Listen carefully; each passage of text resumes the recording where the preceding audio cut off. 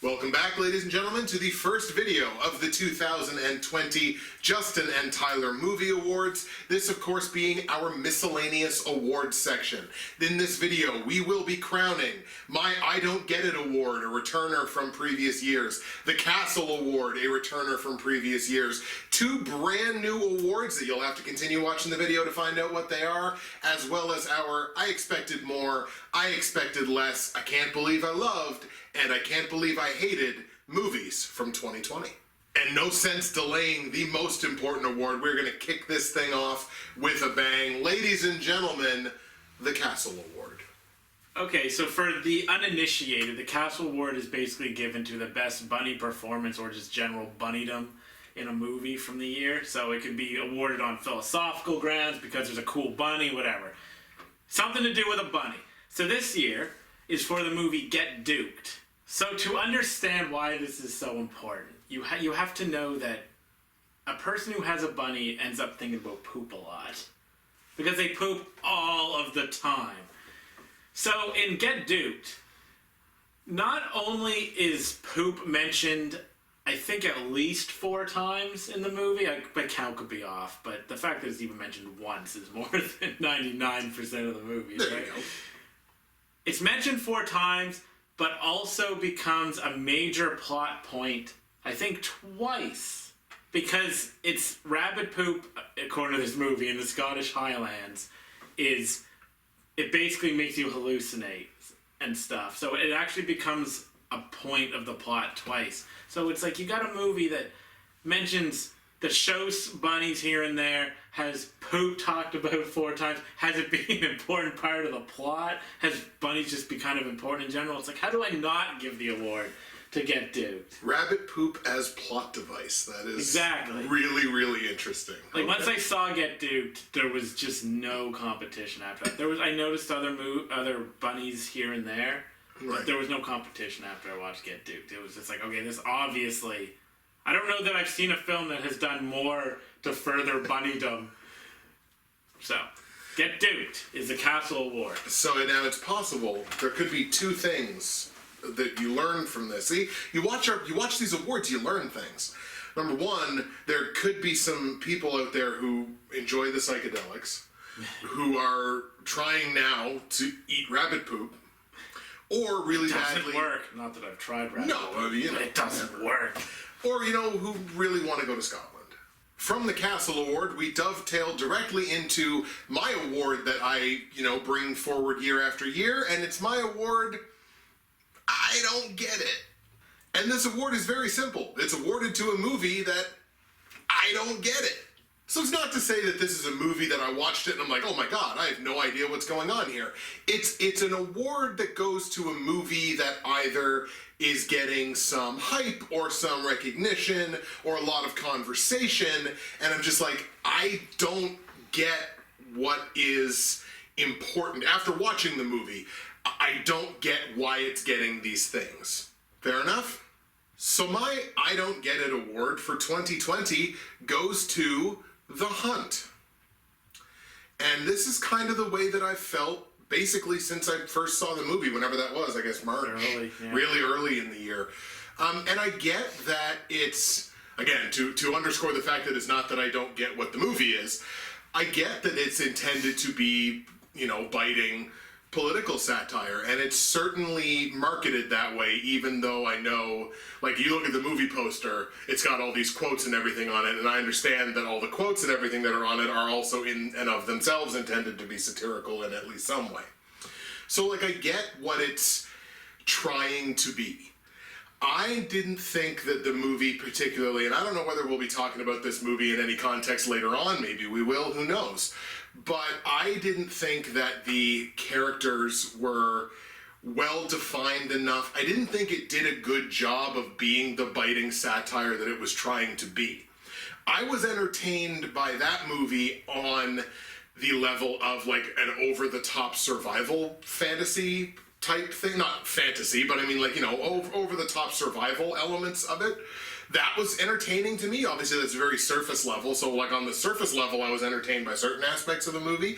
But based on what the movie was trying to be and the conversations that were being brought up because of this movie, the controversy around, you know, President Donald Trump talking about this movie, not directly, but that's definitely what he was talking about when he was talking about that movie. I don't even remember that. Oh, yeah, oh, for sure. But like based on all of these things that were happening surrounding this movie after watching it, I don't get it. I just don't get why that movie garnered all of those conversations. Okay, so this one is interesting because I actually like it and disagree with, I don't know if it's all of what you said, but there's a bunch that I disagree with. There we go. I wish I would have rewatched this before so I could pinpoint things, but I had to look at my notes, and basically, I think the political commentary is pretty excellent, but suffers from this idea that, like, sometimes you should watch a fiction movie and it has to be fiction, which we were talking about before this. Yeah. And you can't really tackle all the themes like you should with as much depth because you also have to have an exciting narrative because you're making a fiction movie. Like, it's not a documentary. If the central premise of this would have been a documentary, I think they could have gone real and deep. Now, I'm not saying that the writer was capable of that, just in theory, right? I remember hating the marketing because I feel that it painted a different movie than what we got. I don't deny that perhaps, and I could be wrong here because like I said, I really needed to refresh.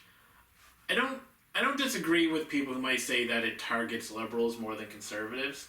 I think it might be true that there's a slight conservative bias because they kind of treat the people doing the hunting as like these progressive types. It's like, we're out here to save the world and all this other stuff, right? So I don't doubt that there might be a slightly conservative bias, but I'm okay with that morally because it's just an artist's point of view, and it tackles this idea that all conservatives are evil, and I don't think conservatives or liberals are evil. So it's kind of refreshing in that regard for me, and I kind of liked seeing the other point of view of maybe this was a little more pro-conservative. Now, I disagree with some conservative stuff, just like I disagree with some liberal stuff. So if you're watching this, don't think I'm like a conservative, because I'm not. So, from the 2 returning awards, we now move to 2 brand new awards for this year. And again, you'll know this is something we do every year. Try to change it up a little bit, keep things fresh. Each one of us has chosen an award to give this year based on something that we saw in 2020 that we feel is either a highlight or maybe a low light of the year. We are going to start with my new award for this year, which was the movie trope that needs to die in 2020. So, of course, for these awards, each one of us give an option, which obviously keeps it different from the previous 2 that we just talked about. My winner for the movie trope in 2020 that needs to die is the Liam Neeson movie. And this, I gotta specify, I don't mean Liam Neeson's career needs to die. I mean these Liam Neeson type movies need to stay in 2020. And what I mean by that, Liam Neeson has been making, basically, with very few exceptions, the same movie since 2014. He's been making X blank has to do blank in order to save blank. And just fill in the blanks. And that's the Liam Neeson movie. And we got one this year that we're going to probably talk about somewhere down the road. And he's already got one geared up for next year. It's the exact same friggin' premise. And he's been making basically the same movie, kind of dovetailing off of the success of Taken and even the second Taken, kind of dovetailing off of that concept. And it's not even that that's a bad concept. It can be good when it's done good. But now we're at the point, he's been making the same movie basically for 6-7 years. Now even he's bored. So for me, that trope, the Liam Neeson movie, X blank doing blank to save blank, that is a trope that needs to die and stay in 2020, even though it's not going to.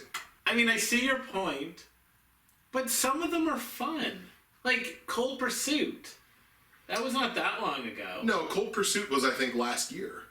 Yeah, like that was surprisingly decent. Yeah.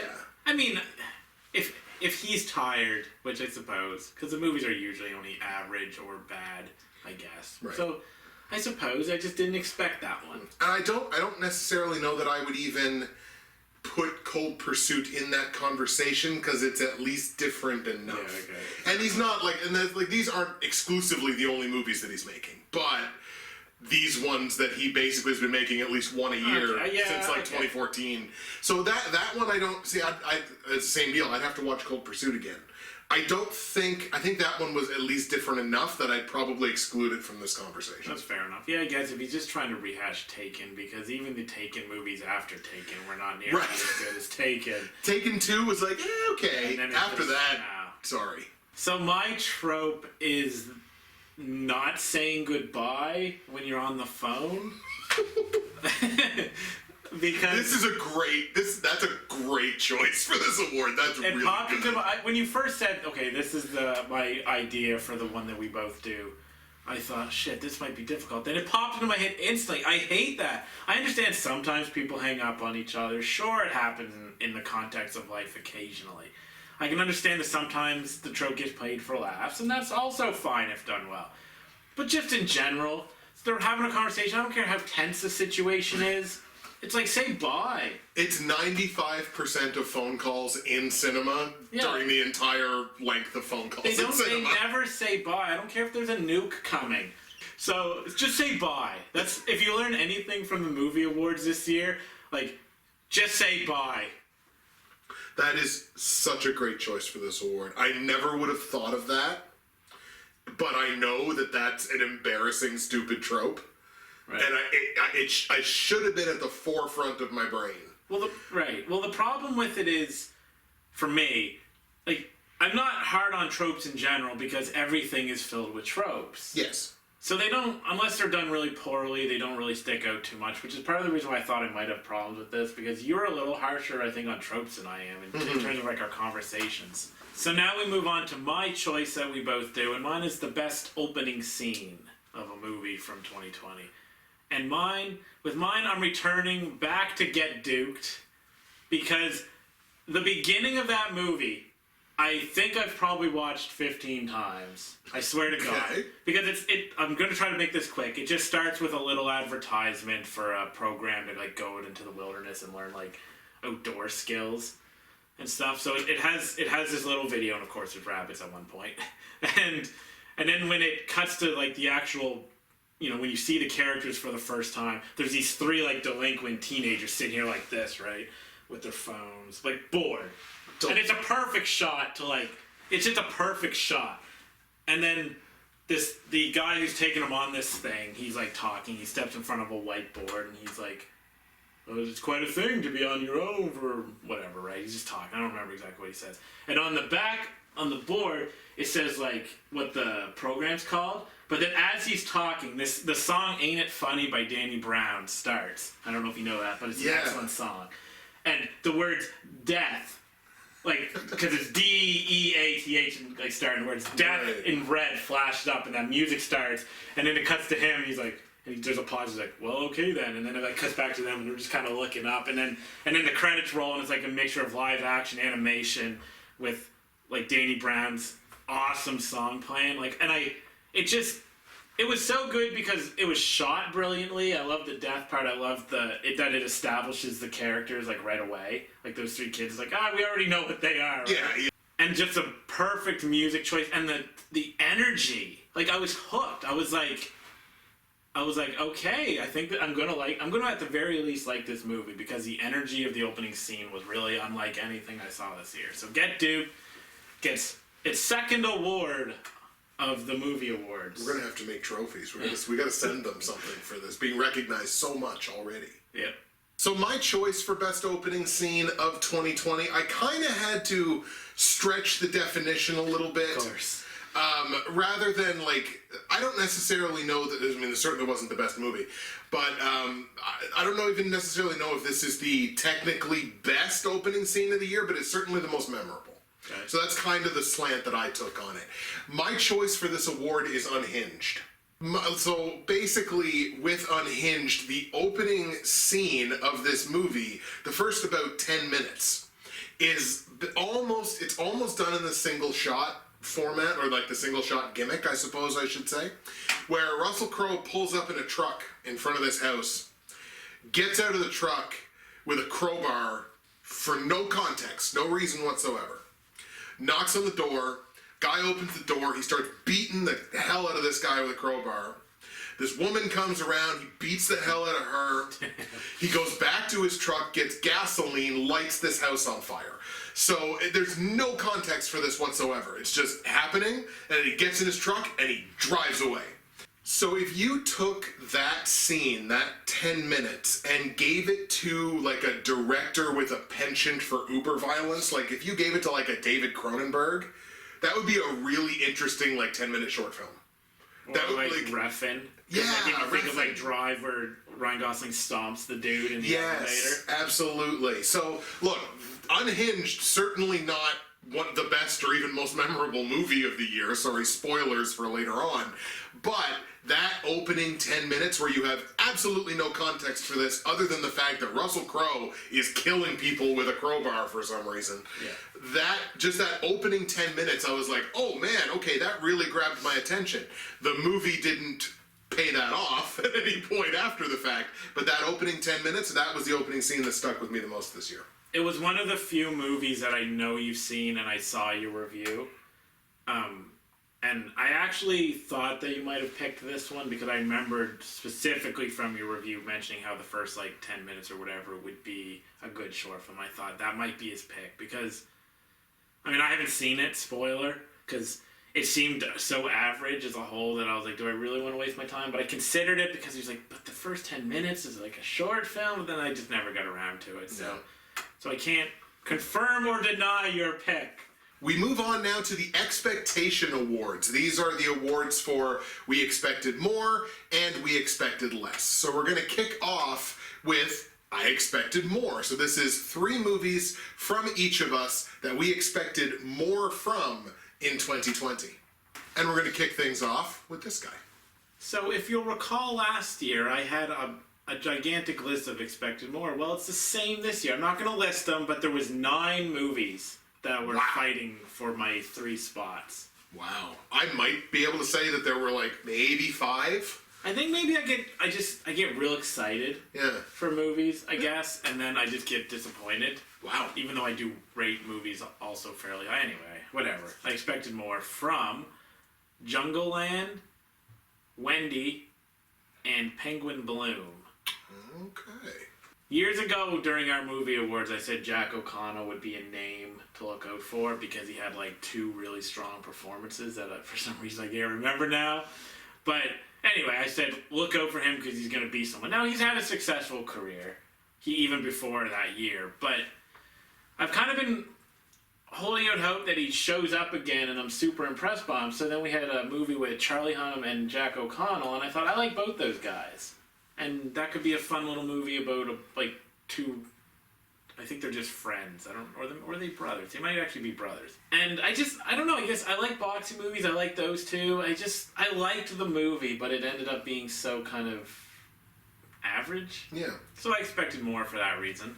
And then with Wendy, you remember that movie Beasts of the Southern Wild? Yes. It was one of probably my top 10 of whatever year it came out, and because it was gorgeous, and I was really excited for what the director would do next. Yeah. And many years later, the director does Wendy, so of course I was all over it. Again, very average. And why did I expect more? Because that director's previous movie was so good, and then he follows it up with something just that lacked any of what made Beasts of the Southern Wild special. And then for Penguin Bloom, I liked this movie the most out of the 3. I think it's good. I think that it flirts with greatness on occasion. But here's why I expected more, because it's Love about that term. it's about this like older woman who Naomi Watts, who's one of my favorite actresses, and she's she gets in an accident and she's all sad and depressed, and then like they saved this bird, and the bird comes into comes into their life, and then she starts to, feel better about herself because this animal who also had to be nursed back to health, they connected. So it's like this woman's character arc was that an animal came into her life and changed it. And my character arc is that I'm a woman where an animal came into my life and changed it. So I should have, the bias was so built in and should have been so strong that this should have been one of my favorite movies of the year, because there was just, the bias was just there. Yeah. It's like, this premise should have just sold me completely. And I like the movie, but I expected more because, those types of movies just get me. Yeah. So that's why I expected more from Penguin Bloom. That is 3 movies that I did not see. I think there might be a bunch of that this year. I'm sorry. I kind of think maybe that might be the case. So my 3 movies that I expected more from in 2020, it's kind of interesting that you mentioned that you had a movie there where the premise and everything, there were so many things working good for it, and it still somehow managed to just kind of miss the mark on what you were hoping for. And I have a couple of examples from ones for me this year that kind of fit the same bill. My 3 choices are Emma, Rewind, and Tenet. So these are excellent picks. yeah, not bad, eh? So for Emma, it's the combination of like a historical period piece, which really works for me. That's his jam, because he's a history man. Exactly, like that. Like I love stuff like that, and the fact that it's a movie that's got Anya Taylor-Joy in it, and I just plain love Anya Taylor-Joy. Yeah. So that combination should have worked to such a degree, that should have been such money for me. My problem was it just took too long for me to get into the movie. It gets better as it goes. It just took too long for me to invest. And it kind of sucks because there's other pieces in that movie that I also really like. Bill Nighy is a national treasure. I really like him. But it just took so long for me to get hooked in that. Like, that's a movie that probably deserves for me to watch it a second time, because it does get better as it goes. But for me, I had a certain expectation going in of greatness, and there were moments of it, and it's funny because like you had talked about it before, like kind of those like brief moments of greatness, you kind of get that from Anya, but it didn't hit what I was hoping it was going to hit. Rewind specifically, Rewind I think is a good documentary that's not a great documentary, and my expectation for Rewind was that it was going to be a great documentary. The subject matter is absolutely worth talking about, and it's talked about in an emotionally evocative way. My problem was, for me, every documentary is going to be manipulative. Yes. In a certain way. I'm glad you're mentioning that. Every documentary, it's intended to be that way. Yeah. And it's not malicious necessarily, and usually it's not malicious, but it is still trying to be manipulative in some way. The best documentaries don't make that obvious. And I didn't find that Rewind did that. I was very cognizant that I was being emotionally manipulated in a lot of instances in Rewind. I didn't necessarily care that was happening. I think, well, okay, it's like based on the subject matter, yes, like I'm not disagreeing with you, but I'm very aware that I'm being emotionally manipulated right now. And I think the best documentaries don't do that, so that's why that didn't hit for me. Tenet is a standard issue Mission Impossible movie with an interesting hook. Take that interesting hook away, and it's just a Mission Impossible movie. Yeah.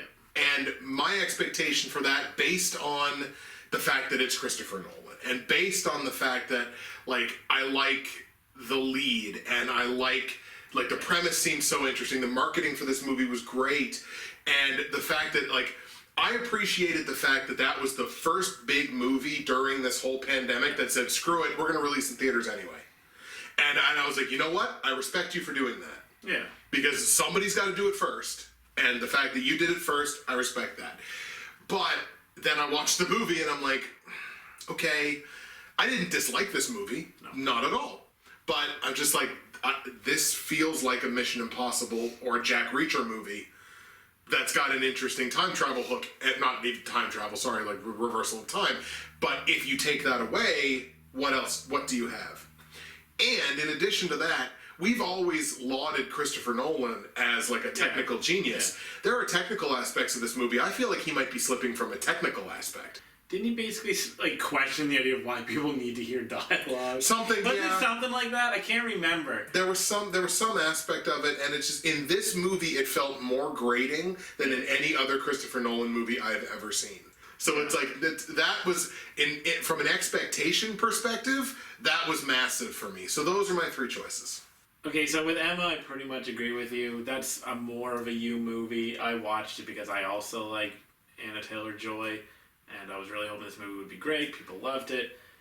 It's good. Yep. Like, it's good, but it's, I don't get it for me, right? There you go. And then with Rewind, I so agree with how it manipulates you. Like, there's not like, it feels so forced sometimes. Like, the home footage stuff, even though you don't really get the revelations that you might hope from all that, but, like, the the home footage. I don't know if I said found footage or home footage. No, I think you said home. Home footage stuff is fine, but yeah, it goes so, like, far to almost dramatize the thing, and it's like it's horrific enough what happened to this guy. Yeah. And it's a story worth being told. But I'm like you, where I'm just like, as a documentary, it's not well made. Really. Like, there's great moments. Now, with that said, I was invested enough in the message of it and what he was trying to reveal that I consider it great. Because you said it's not great, but I'm defining great in the sense of an 8 out of 10. Yep. I consider 8 out of 10 great. And then for Tenet, the sound mixing is so terrible. It's so... I watch everything with headphones so I don't scare him. And it was better with headphones on. 'Cause, you know, you got headphones on, the sound's better. But it's still... You can still tell it's atrocious. So somebody that I work with said, I'm going to watch Tenet. I'm like, do you have headphones? And he goes, well, no, I'm waiting for them in the mail, actually. I'm like, don't watch Tenet until you get headphones.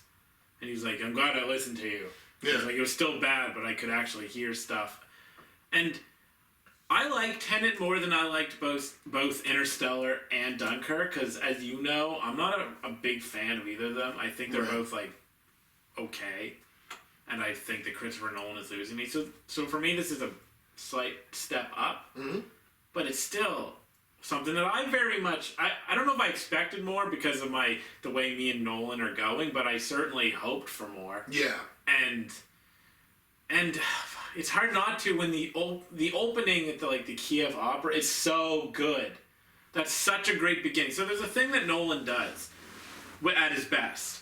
I'm going to use The Dark Knight as a perfect example. That beginning is special. Yes. Of The Dark Knight, because you instantly, like, one of the few directors where it feels like an event when he makes a movie, and you feel that when he's at his best. Tenet felt special at the beginning, and then it became this overly long movie with, like you said, an interesting hook, but it was so hard to figure out what was going on. And the biggest problem with it was I realized at a certain point that I didn't care what was going on. Right. I just was like, okay, we're just watching this and I'm not thinking about it. So obviously the flip side of that coin is the 3 movies that we expected less from in 2020 and were pleasantly surprised. I'm going to kick things off with this one this year, giving my 3 picks for the movies I expected less from in 2020. So my 3 choices for this award are Bad Education, Uncorked, and Driveways. So, Bad Education is, and I'm sure we'll probably wind up talking about it later, so Bad Education is Hugh Jackman and Allison Janney. And when you've got 2 really solid performers in there, like, I think this movie could have been, like, a relatively mediocre narrative about a really interesting topic were it not for the performances of Hugh Jackman and Allison Janney. Like, I think Hugh Jackman was arguably the most sympathetic antagonist of 2020. Because as things start kind of falling apart for him personally, he just jacks that performance up to 11, and he just goes. So the fact that he was the person that he was and did the things that he did and still drew sympathy at the end of that movie, I'm like, okay, you got me, Hugh Jackman, way to go. And I didn't really expect a ton from it, but then I kind of saw who was in it, and I was like, okay, cool.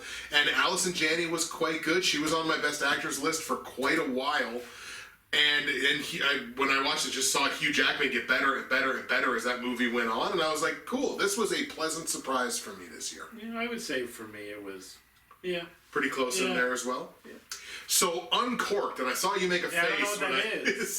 So Uncorked. I was wrong. I told him off camera that I would know every movie he mentioned at least by name, but I actually don't think I know this one. Nailed it. So Uncorked is the story of a young black man, I believe in. I want to say they're in like Nashville or so. They're down in the South, right? And his family has had a barbecue place in the family for generations. He wants to become a wine sommelier.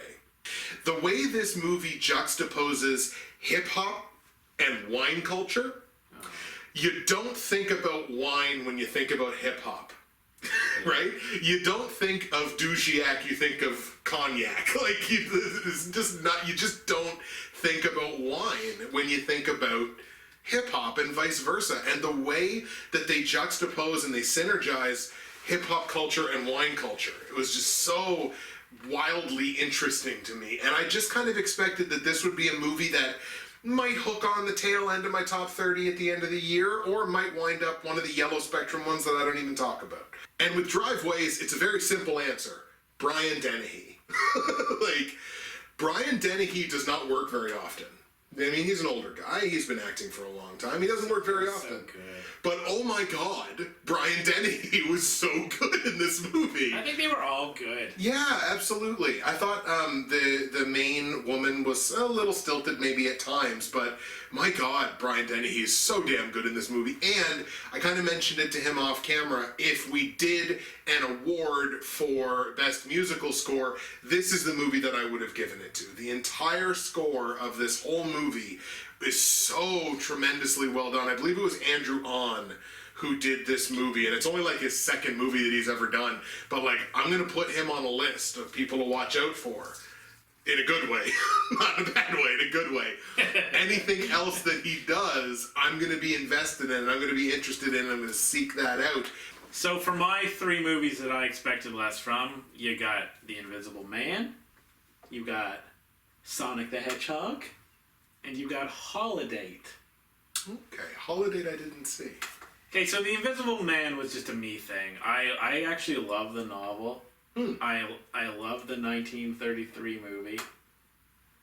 And when I saw the direction that this was taking, like a little more, like well, a lot more serious, because the original movie is a little campy. I mean, that's also a product of its time. It's a little campy, but the guys, it's kind of a horror movie, but it's kind of not. In the book, you know, whatever, right?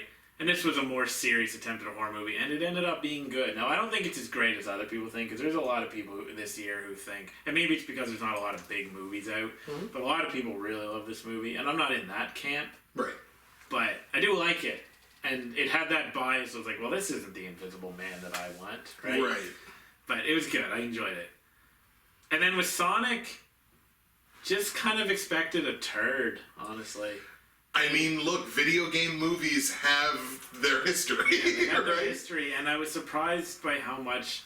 Well, how much I laughed. Not that every joke worked, but quite a few did, and how much I cared about Sonic. And I think what helped me was I have enough nostalgia for Sonic to care and recognize the characters and mark out when they show up. Right. But I don't have enough nostalgia to be so caught up in the lore that matters at all to me. Right. So I'm just at a point where it's like, yeah, Sonic, and then I think Tails shows up at the end. Yes. Like to set up the next one, and I'm like, woo, Tails, right? That was one of those. I think I saw this in theaters, and when that happened, I was like, yeah, Tails. Yeah, exactly. So I have that. Like, I think it's a sweet spot of nostalgia for Sonic, because I loved the first few Genesis games. Yeah. But I have not followed the series since. No. But I was all about like Sonic's 1 through what I can't remember how many there were, but up to Sonic and Knuckles probably. I don't know. I don't remember. And then with Holiday, I don't got a whole lot to say about it. It was just funnier than I expected, because I wouldn't have watched it, but somebody recommended it to me, and I just watched it on their recommendation. And I'm not saying that it's like the greatest movie of the year by any means, that Right. it's even on my list. I'm just saying, I expected a complete turd, and it was kind of charming and kind of funny and kind of heartfelt. Right, standard issue sounds like a Christmas date. Yeah, it's like a romantic movie. comedy Right. sort of Christmas movie, even though it's more just about holidays in general. Okay. But yeah, I liked it. And now we're going on with I Can't Believe I Loved. And mine is Extraction. Okay. Chris Hemsworth. A movie that was just dropped on, I think, Netflix. And I thought this is probably going to be a fairly average action movie. And there's a lot of people that feel that it is. But I saw something different. I saw a admittedly lesser John Wick, like in the way that the action was choreographed. Like, it's lesser. Yeah, of course. It's not as good as John Wick. Right. But I was watching this action and it was so inspired and physical, and Hemsworth, of course, we know can do this stuff. And yeah, I just ended up thinking it was a really fun, like really, really fun action movie that I just expected to be just, it's fine. I like action movies a lot. But no, I really enjoyed Extraction. Wow, no, to even to just evoke John Wick in conversation as any kind of comparison, I know for you especially, is pretty darn high praise, because you kind of like those movies. I love those movies. I'm a big action movie fan because I'm a guy. That's typical. I'm a stereotypical male. See, there you go. But oh wow, yeah.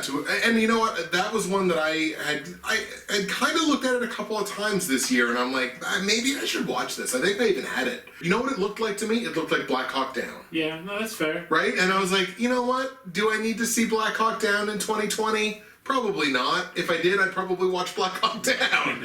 But like, I was like, all right, you know, maybe there's other things I want to watch. I want to prioritize over this, and Of course. but you know, I saw it start to kind of pop up on people's lists that like, hey, people seem to really like this movie. So wow, that's actually a genuine surprise. That's good stuff. My selection for a movie I can't believe I loved in 2020 is actually a movie I just watched within the last little bit, I guess the last week or two. The movie's called Words on Bathroom Walls. So this is a movie starring Charlie Plummer, and he is a high schooler who suffers from paranoid schizophrenia. And it's basically like, okay, how would you navigate high school if you were a paranoid schizophrenic, kind of? And with movies like this, it's you always worry that like, okay, you're dealing with sensitive subject matter for some people. Like anytime you're dealing with any kind of mental illness, you're kind of walking on glass potentially. And you know, Plummer is a relatively young actor. I think he's only 21. He certainly looks like a high school kid. So it's like, okay, it's a young actor too. Like, how are they going to portray this? I thought they portrayed it, the condition itself, not only in an interesting way, because they certainly did. He basically has these three sidekick like aspects of personality. Like he's got a bodyguard, he's got this hippie girl, he's got this guy that's horny all the time. But like they don't exist except in his own brain, and it's like, okay, like is this getting a little kabuki here? Like this is, you know, but they handle it with such sensitivity, and they do handle it and portray it in a way that I didn't see anybody complaining about it, which in 2020 is a shock. Yeah, no kidding. I didn't see myself reacting to the ending of this movie in the way that I did. I'm in my bedroom and I'm bawling at the end of this movie. And I was like, I did not see that coming in the least. So again, Words on Bathroom Walls is the one that I legitimately can't believe that like at the end of this movie, I was like, that was phenomenal. So I've heard of it. I knew nothing about it. I now wish I would have watched it. And And once again, on the flip side of that coin, you have a movie you can't believe you loved, you got a movie you can't believe you hated either. And my movie for 2020 that I can't believe I hated, and hate's probably a strong word in this case, but it had to go to this. It's Honest Thief. And again, hate's a strong word in this case, because I like Liam Neeson. And I've made it sound in this video like I don't like Liam Neeson very much. I really like Liam Neeson. But again, when you put it in this formula of, blank, doing blank to save blank, rinse and repeat, and when he's bored, add on to that, the movie sounds like it was mixed and mastered in a loaf of bread. And I saw this movie in a theater, so I saw it sound the way it was supposed to sound. Yeah. Sounding as intended. And the movie sounds like it's like this. And I even asked the people at the theater, I was like, is there a problem in theater? At the end of the movie, I was like, has anybody said anything that there's a problem in number 3? Like with the speakers or with anything like that? They're like, no, everything's been fine. And it's like, okay, no, that's just the way the movie was supposed to sound. And it's like, the whole movie was like this. And I'm like, why would you make a movie that sounds like this? It doesn't make any sense. Because it was probably Christopher Nolan. Christopher Nolan did Honest Thief. Well, you foreshadowed this a little bit with your trope. I did. I kind I of still didn't see it coming. No. It's very sad. It is. that a Liam Neeson It's movie gets unfortunate. mentioned. Okay, so this is my pick for the movie that I can't believe I hated, and it's also the final pick of the video. And Drum mine roll, is please. Last and First Men. So last year, when you were talking about Quentin Tarantino, you had this funny moment where you're like, I don't want to hate Quentin. Well, with me, it's I don't want to hate Johan Johansson because he died.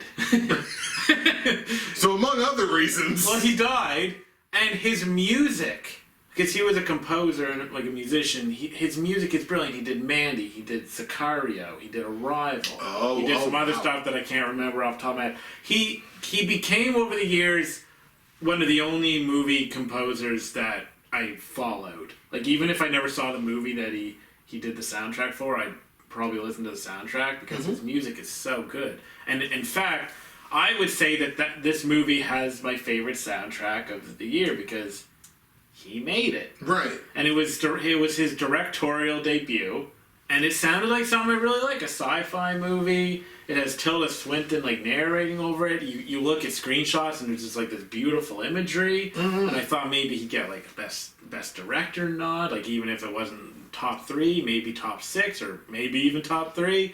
It's as if it's the first 5 minutes of a sci-fi movie that's setting the tone of the world and explaining what the world is. Those 5 minutes of like Swinton narrating, because that's what she does. It's like the whole thing. It's like the first 5 minutes stretched out for 75 minutes. And it is so boring because even the beautiful shots, which admittedly are occasionally beautiful, but he kind of like reuses the same type of shots of certain things. It's trying to be mysterious and deep, and I mean the music's good like I said, but trying to be philosophical, and you're just watching these images on the screen and not really much is happening. I can't believe I hated this because I love like the director. Yeah. You know, like not so much as a director apparently, but as like a composer, I loved that man.